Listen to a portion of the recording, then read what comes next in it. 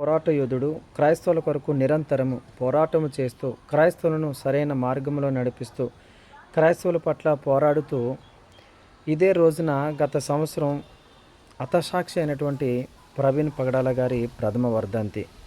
ఈ వర్ధంతి రోజు వరకు కూడా ఎందరో ఆయన పేరు చెప్పుకుని ఎందరో బాగుపడిన వారు ఉన్నారు. కానీ ప్రవీణ్ పగడాల కొరకు నిబంధత కలిగి పోరాటం చేసిన వారు చాలా తక్కువ మంది అని చెప్పాలి. ఎందుకు ఈ విషయం జ్ఞాపకం చేస్తానంటే ఎన్నో కారణాలు మనం చూడగలుగుతాం. ఎందరో ఈ రోజుకి కూడా ఆయన పేరు చెప్పుకుని ఆయన పేరు మీద మీటింగులు పెట్టుకుంటూ పార్టీలు పెట్టుకుంటూ వారు ఎవరి దరి వారు చూసుకున్నారు. కానీ సత్యమైన మార్గంలో క్రీస్తును ప్రకటించిన యోధుడు వీరుడు ప్రవీణ్ పగడాల అని వారు ధైర్యం చేసి గొంతెత్తి మాట్లాడిన సందర్భాలు లేవు. కానీ ఈరోజు ఆయన పేరు మాత్రం వాడుకుంటున్నారు. రాజకీయ పార్టీల కొరకు కావచ్చు, లేదంటే దండుకోవడానికి కావచ్చు, సంపదన కొరకు ఆయనని ఇంకా వాడుకుంటున్న వారు చాలామంది ఉన్నారు. కానీ ప్రవీణ్ పగడాల చూపించిన మార్గం ఎంతో అత్యున్నతమైన మార్గాన్ని చూపించాడు ఆయన. మతాన్ని కదా మనం చూడవలసింది, మనిషిని మనిషిగా చూడాలని ఒక్క మాట ఏదైతే ఉందో యావత్ ప్రపంచంలో ఉన్న అనేకులను ఆ మాటలు తట్టిన వారి గుండెల్ని. ఆ మాటే అనేకులను ప్రవీణ్ పగడాలంటే ఏంటో తెలుసుకునే విధంగా చేసినాయి. మనిషిని మనిషిగా చూడండి, మనిషిని మనిషిగా ప్రేమించండి, మనిషి కొరకు మనం ఎలా ఉండాలి, ఎలా జీవించాలో ఎన్నో విలువలతో కూడిన దేవుని సువార్తను ప్రకటిస్తూ అనేక రకమైన డెబేట్లో పాల్గొంటూ ఆయన ఈరోజు క్రైస్తవుల కొరకే పోరాడుతూ క్రైస్తవుల కొరకే హతసాక్షి అయిన ప్రవీణ్ పగడాల అన్నగారి ప్రథమ వర్ధంతి. ఈ రోజున నీతిమంతులను జ్ఞాపకం చేసుకుంటూ మంచిదని వాక్యం సెలవిస్తున్నట్టుగా ఈరోజు ప్రవీణ్ అన్నగారిని జ్ఞాపకం చేసుకోవాల్సిన విషయం ఎంతైనా ఉందో మనకి.